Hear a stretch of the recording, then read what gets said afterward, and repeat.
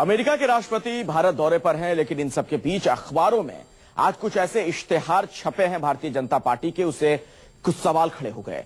क्या बीजेपी अमेरिकी राष्ट्रपति बराक ओबामा के भारत दौरे का दिल्ली चुनाव में सियासी फायदा लेने में जुट गई है? ये सवाल इसीलिए क्योंकि करीब करीब देश के सभी बड़े अखबारों में कवर पेज पर शीर्ष पर आज चुनावी विज्ञापन छापे गए हैं, जिसमें नारा दिया गया, बढ़ाई दुनिया में देश की शान, चलो चले मोदी के साथ।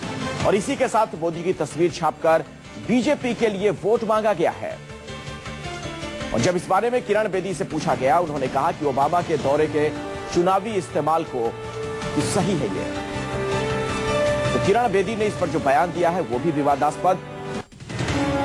मोदी ने देश की शान बढ़ाई तो क्रेडिट क्यों ना लें? सवाल यही, आखिर इस क्रेडिट लेने का क्या मतलब है? वो देश के प्रधानमंत्री हैं और इस नाते दूसरे देश के राष्ट्राध्यक्ष से उनकी मुलाकात।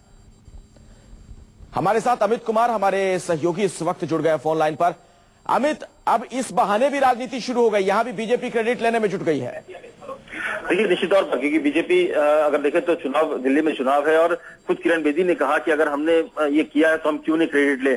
साफ तौर पे चुनाव में इसका फायदा कहीं ना कहीं उठाने की पूरी कोशिश होगी। और खास तौर से जिस तरह से पोस्टरिंग था, जिस तरह से मोदी ओबामा के साथ चाय पीते हुए दिखे, दुनिया के सबसे बड़े ताकतवर, देश के सबसे बड़े ताकतवर जो राष्ट्रपति हैं, उनके साथ जिस तरह से वो 26 जनवरी में उनको चीफ गेस्ट के रूप में बुलाया उन लोगों ने, भारत ने। और सबसे बड़ी बात कि भारत, बीजेपी इस पूरे मौके को कम से कम एक जो मध्यम वर्ग और अपर मध्यम वर्ग जो है, जिससे लगता है कि भारत ने अपने आप एक ग्लोबल के तौर पर देश में और अमेरिका से नजदीकी जिस तरह से बढ़ रही है, खुद मोदी ने अपने आप को एक ग्लोबल लीडर के तौर पर पेश किया है, तो इसको भुनाने की पूरी कोशिश करेगी। और इसलिए अखबारों में जिस तरह से तस्वीरें हैं, निश्चित तौर पर बीजेपी। लेकिन अमित, एक सवाल यहां से खड़ा होता है, प्रधानमंत्री मोदी देश के प्रधानमंत्री हैं, सिर्फ बीजेपी के नेता नहीं है।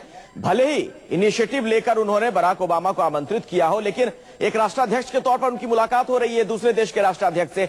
इसमें अगर कोई पार्टी विशेष क्रेडिट ले, इसका आखिर क्या मतलब होगा?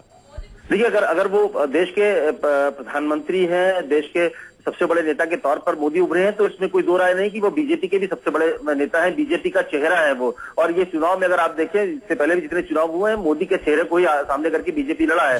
दिल्ली में भी मोदी के चेहरे पर ही सबसे ज्यादा भरोसा है। किरण बेदी भले ही मुख्यमंत्री पद की उम्मीदवार घोषित कर दी गई हो, तो निश्चित तौर पर अब ये देखना अहम होगा कि क्या इस बहाने भी बीजेपी वोट ले पाती है। बहुत बहुत शुक्रिया अमित, फिलहाल इस जानकारी के लिए।